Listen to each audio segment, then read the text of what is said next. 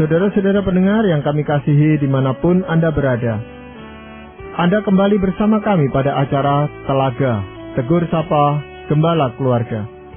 Saya Gunawan Santoso dari Lembaga Bina Keluarga Kristen akan berbincang-bincang dengan Bapak Pendeta Dr. Paul Gunadi. Beliau adalah seorang pakar dalam bidang konseling, serta dosen di Seminari Alkitab Asia Tenggara, Malang. Perbincangan kami kali ini kami beri judul Mempertahankan Romans.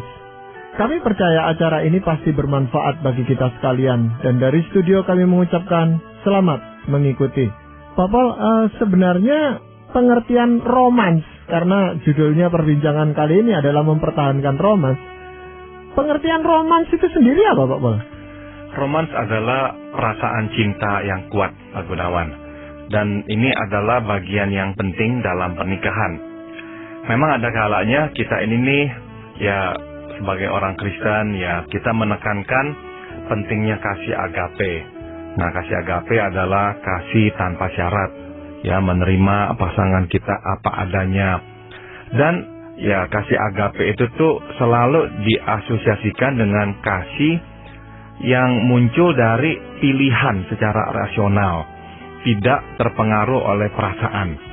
Nah, sudah tentu saya setuju ini adalah landasan ya untuk pernikahan.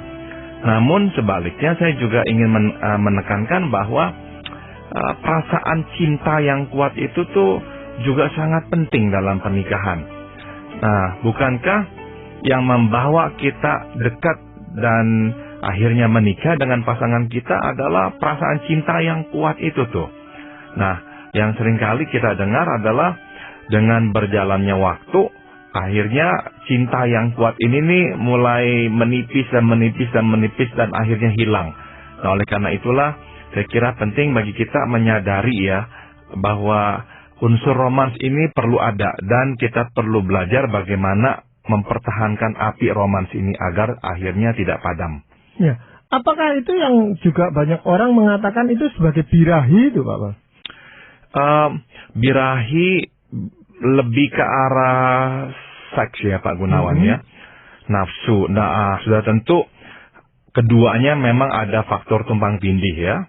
Tapi saya kira romans lebih luas daripada birahi. Kalau birahi itu terfokus pada relasi seksual, romans itu lebih luas dalam pengertian ini adalah suatu perasaan cinta yang sangat kuat ya, yang benar-benar ya meliputi semua aspek dalam kehidupan kita bersama. Atau mungkin yang orang sebut dengan kemesraan, Pak. Iya, saya kira kita dapat terjemahkan romans dengan kemesraan ya, yaitu perasaan cinta yang kuat itu. Ya, nah itu sebenarnya kenapa harus dipertahankan, itu kan artinya itu lama-lama bisa berkurang gitu, kemesraan atau romans itu, Pak Paul. Apakah ada faktor-faktor yang menyebabkan romans itu bisa berkurang memang? Bisa, Pak Gunawan. Biasanya yang pertama yang paling alamiah adalah karena kita sudah terbiasa dengan pasangan kita. Nah, maka tidak ada lagi elemen kejutan dalam relasi kita. Dan biasanya memang ya kalau kita sudah hidup bersama dengan seseorang untuk waktu yang cukup lama, maka unsur-unsur yang kuat yang menarik kita padanya ya secara alamiah makin berkurang. Oleh sebab itu saya tadi tekankan bahwa kita harus mempertahankannya. Jadi asumsinya di sini adalah tanpa usaha dari pihak suami dan istri secara terencana ya, secara sengaja, memang pada akhirnya romans atau cinta yang kuat itu tuh makin hari bisa makin kecil ya apinya. Jadi di dalam suatu pernikahan, hubungan suami istri, peran romans itu fungsinya apa, Pak? Sekurang-kurangnya ada dua, Pak Gunawan. Yang pertama adalah romans itu sebagai perekat pernikahan. Artinya apa? Artinya dengan adanya rasa cinta yang kuat itu, kita sebetulnya menghadirkan pasangan kita di hati, di dalam hati kita. Dan kita lebih memfokuskan pada kebaikannya. Nah, dalam pernikahan saya kira perlu ini romans. Karena romans memang mengakrabkan, merekatkan. Dan sekali lagi saya ingin tekankan, cinta yang kuat itu sebetulnya menghadirkan pasangan kita dalam hati kita. Bukankah kita bisa lihat contoh seperti ini Pak Gunawan. Kalau cinta sudah pudar ya, maka pasangan kita itu tidak hadir lagi di hati kita. Dan tidak hadir artinya apa? Kita mulai melupakannya, ulang tahunnya kita mulai tidak ingat, hal-hal yang penting baginya tidak kita pedulikan, hal-hal yang dia sukai tidak kita ketahui. Nah, kalau sudah sampai kasus atau tahap yang sangat buruk, kita akhirnya melakukan hal-hal yang kita tahu salah. Dan mungkin saja hal-hal yang sangat buruk bagi pernikahan kita. Namun, kita tetap lakukan. Nah, pertanyaannya kenapa kok tetap kita lakukan? Karena pasangan kita tidak hadir di hati kita. Maka ya kita bisa melakukan hal-hal yang buruk itu. Misalkan berselingkuh. Nah, fungsi yang lain apa kalau gitu Pak Bal? Fungsi yang lain adalah sebagai penghapus. Maksudnya menghapus kesalahan pasangan kita dari hati kita. Nah, tanpa romans, kesalahan pasangan itu melekat di hati. Tapi dengan adanya cinta yang kuat, maka kesalahan pasangan kita akan luntur ya, tidak menempel pada hati kita.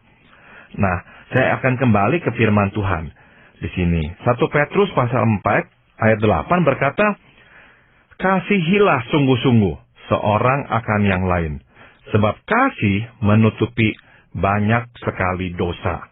Nah, kasihilah sungguh-sungguh. Jadi kalau saya boleh gunakan istilah kita di sini, ya mesrahlah. Cintailah dengan sangat kuat. Cintailah dengan rasa romans yang kuat. Ya, sebab apa? Cinta yang kuat itu tuh akan menutupi banyak sekali dosa. Artinya apa? Kita memilih untuk tidak mengingat. Kita bisa tidak mengingat. Kenapa bisa tidak mengingat kesalahan pasangan kita? Sebab cinta yang kuat itulah yang akan melunturkan kesalahan pasangan kita dari hati itu. Maka saya panggil atau saya sebut romans itu adalah penghapus ya. Seperti kita menghapus tulisan yang salah. Nah, demikianlah romans menghapus kesalahan-kesalahan pasangan dari hati kita. Iya, jadi fungsi itu walaupun tadi Pak Paul sebutkan dua, tapi sebenarnya kan saling mengisi gitu Pak Paul. Jadi artinya merupakan satu kesatuan yang sebenarnya sulit dipisahkan itu. Betul sekali. Jadi romans memang mempunyai dua fungsi yang dapat kita katakan dua sisi ya dari satu koin yang sama. Yang pertama adalah merekatkan dua hati, artinya ya kita menghadirkan pasangan dalam hidup kita, dalam hati kita. Sedangkan yang kedua adalah penghapus. Kita tidak hadirkan atau menghilangkan kesalahan pasangan dari hati kita. Ya mungkin banyak orang yang kurang memperhatikan hal ini Pak Paul, itu karena dia sendiri kurang mengerti atau bahkan mungkin salah paham terhadap kemesraan atau romans itu. Dia merasa kalau sudah menikah tidak perlu lagi seperti dulu waktu pacaran atau tidak perlu lagi ditumbuh kembangkan gitu Pak Paul. Saya kira itu tepat Pak Gunawan. Banyak kesalahpahaman di seputar topik romans ini. Nah, yang saya ingin tekankan adalah ini Pak Gunawan. Keintiman dibangun di atas sejumlah faktor ya, atau hal-hal kecil yang kita lakukan bersama di dalam pernikahan kita. Ya, misalnya kita pergi berdua, ya, kita berjalan berdua, belanja berdua, menonton televisi berdua, bernyanyi berdua, berhubungan badan ya dengan pasangan kita. Nah, semua itu adalah ya hal-hal kecil, tapi kita lakukan terus-menerus ya, berdua dengan pasangan. Nah, yang saya ingin tekankan adalah ini. Romans sebetulnya merupakan hasil atau akibat dari semua hal-hal kecil yang kita lakukan bersama itu. Nah, seringkali kita berpikir begini Pak Gunawan, bahwa romanslah yang membuat kita ingin melakukan semua hal-hal itu.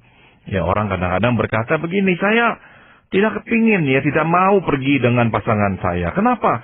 Tidak ada rasa cinta lagi, tidak ada lagi romans. Tidak ada lagi api itu. Tidak mau saya pergi nonton berdua dengan pasangan ya, tidak mau lagi bernyanyi berdua, tidak mau lagi berjalan berdua. Nah, sedang yang menjadi alasannya adalah tidak ada romans, tidak ada perasaan cinta yang kuat, maka tidak ingin melakukan semua hal-hal itu. Saya kira inilah salah satu letak kesalahpahamannya. Justru romans muncul karena kita melakukan hal-hal kecil itu terus-menerus dari awal pernikahan kita. Memang kalau kita pernah menghentikan melakukan ini untuk waktu yang sangat lama, untuk menumbuhkannya lagi sangat sulit. Itu betul, saya akui. Ya, tapi kalau kita dari awal pernikahan dengan penuh disiplinnya, kita melakukan semua hal-hal itu bersama-sama dengan pasangan kita. Nah, perlahan-lahan kita akan melihat hasilnya, yaitu romans terus bertunas. Ya, justru romans terus bertunas gara-gara kita melakukan semua hal-hal itu. Apakah itu berarti sekalipun hati kita itu kurang suka melakukan misalnya jalan-jalan atau berhubungan badan, tetapi harus dipaksakan gitu Pak Bos? Saya setuju. Jadi hal-hal kecil ini atau aktivitas bersama ini memang perlu dilakukan dengan penuh disiplin. Sehingga kita tetap bisa memberikan wadah romans itu bertunas. Kalau wadahnya sudah kita buang, bagaimanakah bisa bertunas? Dengan kata lain, kita hanya bisa menanam benih kalau ada tanah dan ada potnya. Tidak ada tanah, tidak ada potnya, bagaimana bisa menumbuhkan tanaman di situ? Maka aktivitas bersama, ya itu dapat saya identikan dengan pot dan tanah dalam pot itu. Barulah akhirnya romans bisa terus bertunas.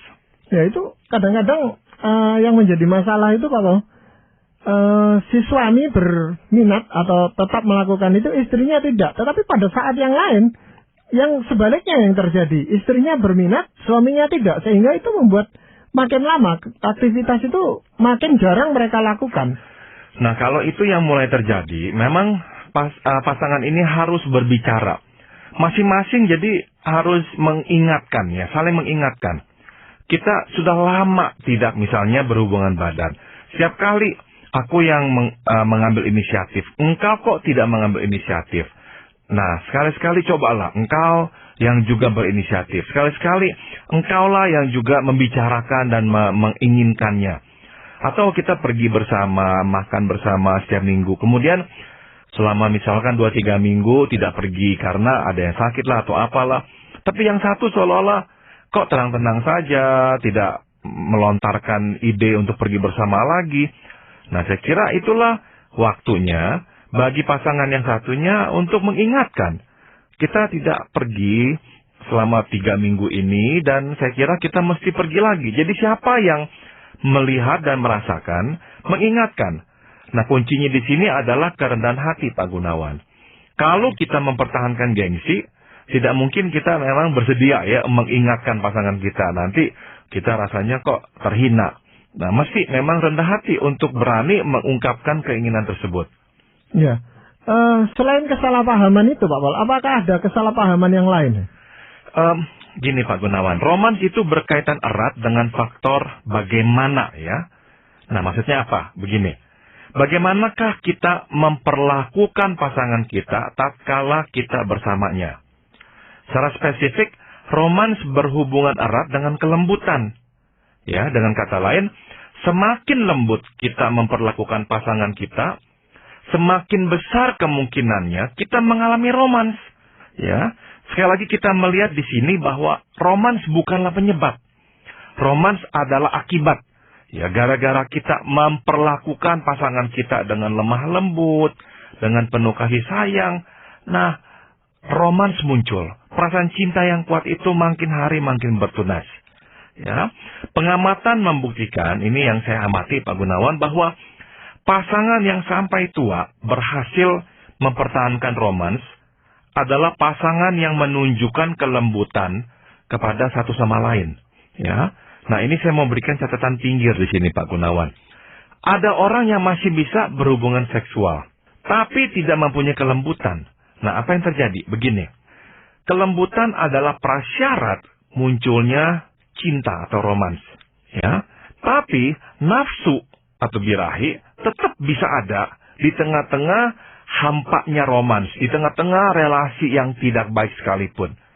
Jadi dalam situasi yang tidak baik, karena dorongan-dorongan biologis, memang masih bisa ada hubungan badan antara suami istri. Tapi itu adalah birahi, 100% birahi. Ya, tapi kalau romans lain lagi, romans hanya bisa bertunas jika ada kelembutan. Nah, bagaimana kita memperlakukan pasangan kita itu? Ya, berarti ini yang kedua ini, Pak Paul, ini menurut saya itu lebih sukar daripada yang pertama tadi. Yang pertama, mungkin kita masih bisa penuhi melakukan itu, tetapi masalahnya bagaimana itu tadi.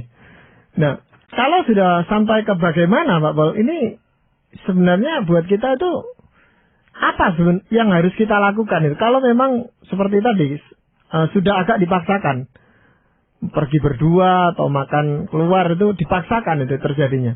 Sehingga bagaimananya itu tadi, mutunya rendah sekali sebenarnya, Pak Paul. Tidak ada kelembutan ya. Mungkin dilakukan dengan marah-marah atau dipaksakan tadi yang Pak Paul katakan itu.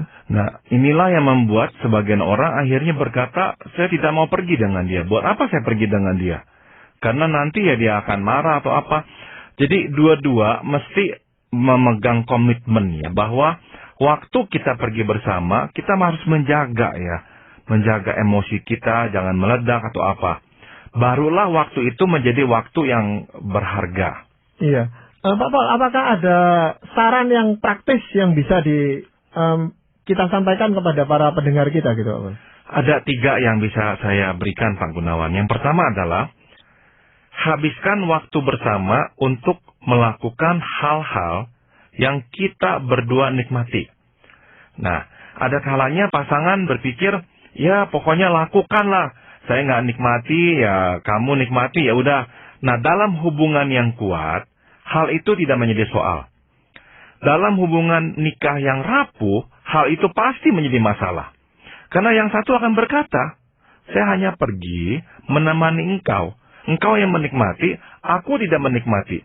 Nah, dalam kondisi seperti itu, ya masih rapuh, kemudian melakukan hal yang satu senang, yang satu tidak senang, saya kira roman tidak mungkin bertunas.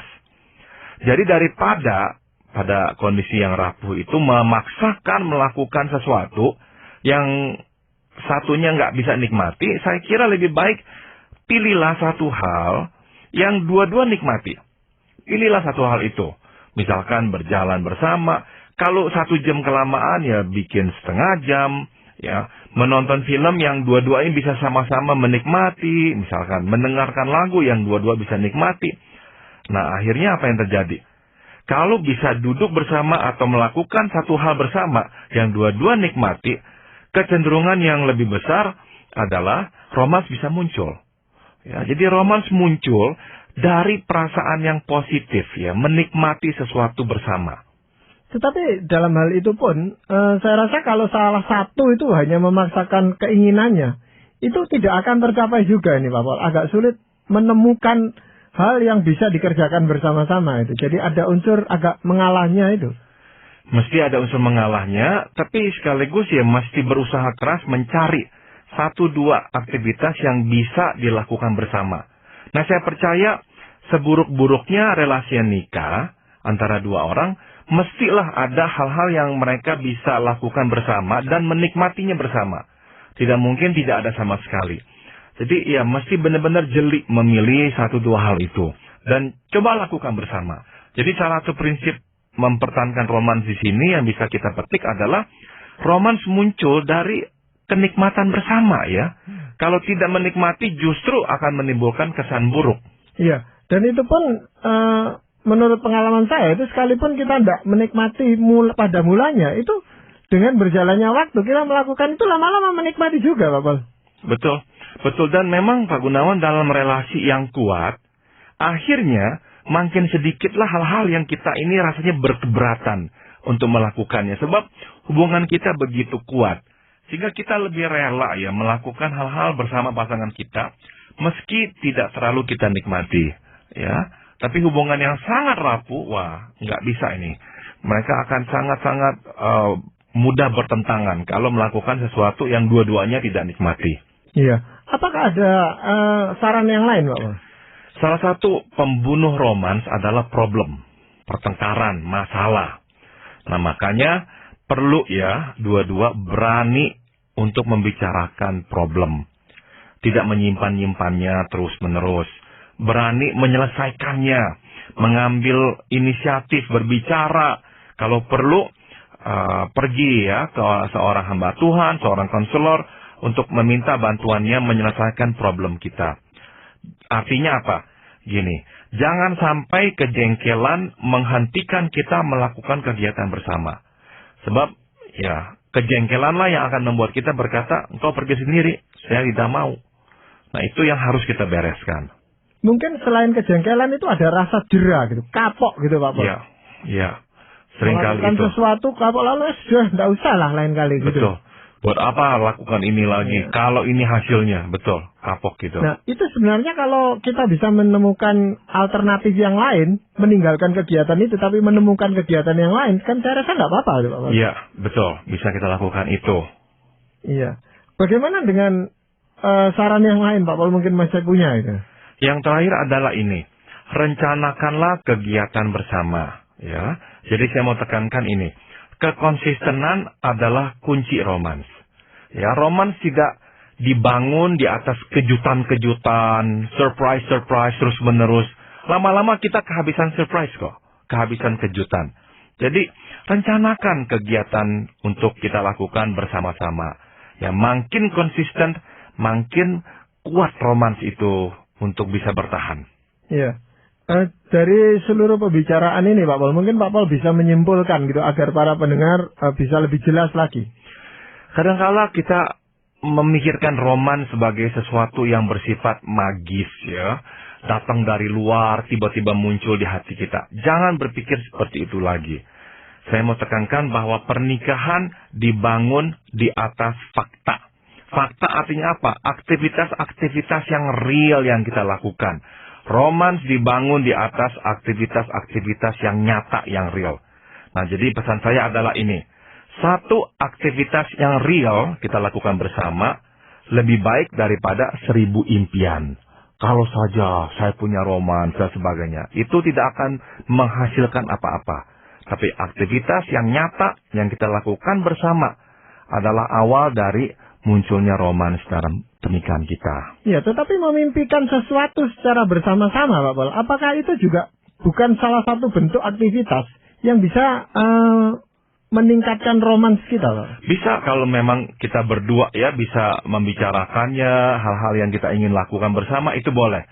Yang saya maksudkan tadi adalah ya impian-impian kapan romans itu datang, kapan cinta saya bisa kembali lagi.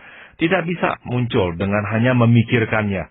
Hanya bisa muncul dengan cara melakukan hal-hal atau kegiatan bersama-sama. Ya, jadi walaupun pada awalnya itu suatu tindakan yang sederhana, kita bisa menganjurkan kepada para pendengar untuk mulai melangkah, mulai mencoba untuk melakukan itu gitu Pak Pol. Betul, dan mulai dengan hal-hal yang sederhana.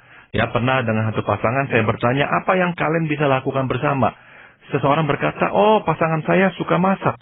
Oke, bagaimana kalian berdua mulai masak minggu ini? 1 hari saja, 1 makanan saja untuk 1 minggu. Ya, 1 hari pilih. Masak bersama. Jadi hal yang simple yang mungkin kok rasanya tidak begitu bermakna. Namun justru bermakna. Iya. Pak Pol, apakah itu membutuhkan waktu yang lama gitu Pak Pol? Untuk membangun romans ini? Saya kira kalau kita sudah awali dari awal pernikahan itu, kita masih bisa melangsungkannya terus ya. Memang kalau sudah terhenti, untuk memulainya perlu waktu. Jadi bersabarlah juga. Jadi ini butuh suatu ketekunan, kedisiplinan untuk tetap mempertahankan romans ini. Tepat sekali. Ya, terima kasih sekali Pak Pol untuk perbincangan kali ini. Dan para pendengar sekalian, kami mengucapkan banyak terima kasih bahwa Anda telah mengikuti perbincangan kami dengan Bapak Pendeta Dr. Paul Gunadi dalam acara